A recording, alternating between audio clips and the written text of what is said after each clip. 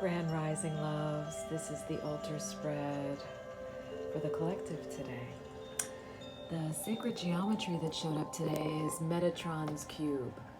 Metatron's cube is the perfection of joining male and female energies.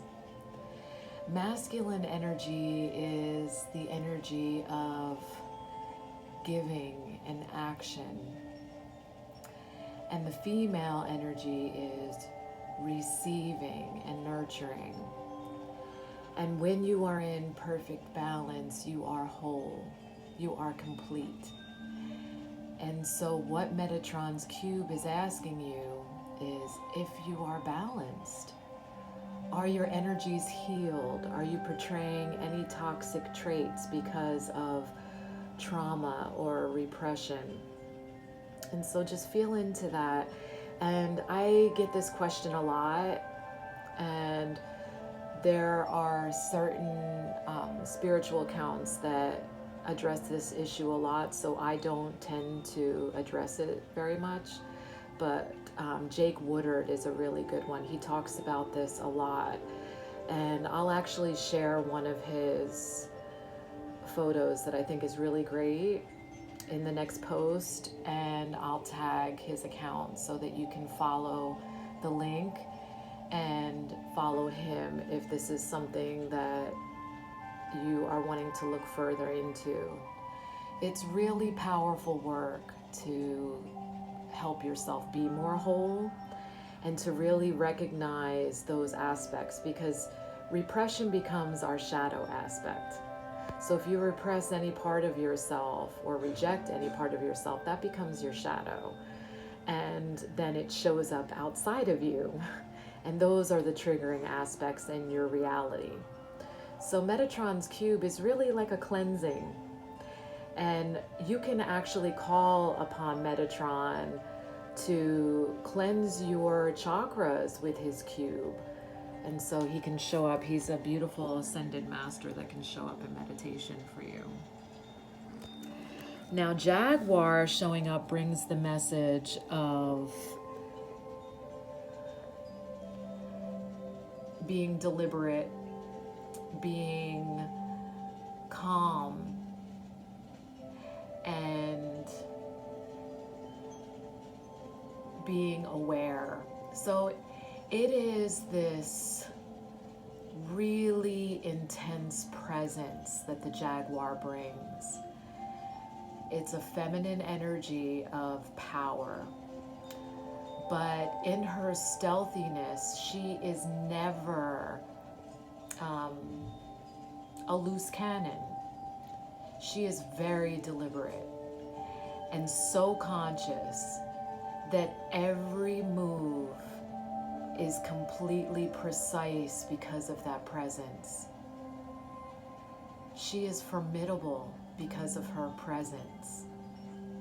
And so think about what that message brings in. Can you be so conscious that you're, one, not a loose cannon, but two, so high in your integrity that you're precise? Imagine how smoothly the world would run if everyone was in that extreme, intense presence. And so Tourmaline is showing up again, bringing inner peace. And so I have a piece that I hadn't shown before. This is watermelon tourmaline. So it's got the green and the pink, because I have shown the one that I have in Matrix, but this is a little raw piece that's not in Matrix. And then of course the pink tourmaline pieces.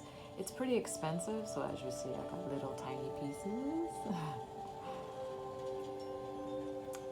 But it brings inner peace. And the only way that you can actually achieve inner peace is staying present. So not only do you have deliberate precision if you're present, but you also have peace. And it sounds almost like they wouldn't go together, right? but it is. That's the only place where harmony exists. It's the only place where bliss can be accessed, is in presence. You cannot time travel to the past or future and think that you can find that. You cannot. It can only happen in now. And so Uluka Vahini, she who rides the owl, brings justice. This is the goddess who rights all transgressions against love. So any misuse of power against love, she brings justice. And with a swift judgment, and usually with very harsh karmic ramifications. And so let's be in our highest integrity when we're using power and love. And we've seen that power love card so much that we should already be in this state of mind and questioning our intent with everything that we do and say. Is this for the good of love? Or am I trying to control someone with this? Am I being deceitful? Am I being in my highest integrity? I mean, these are the questions that we should be asking ourselves. Am I being present?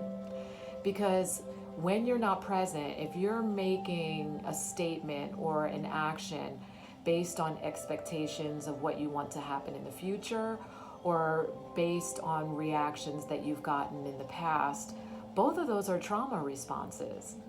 You are trying to control a situation. You are not going into the present moment blindly and open-hearted. You're actually closing your heart and closing your mind. You are reacting from trauma and ego. So just be aware of that. Am I being present?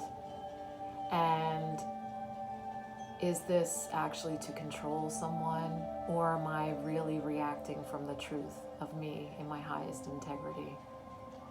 And so there is a healing prayer for this. So let's take a collective deep breath in, releasing with an audible sigh.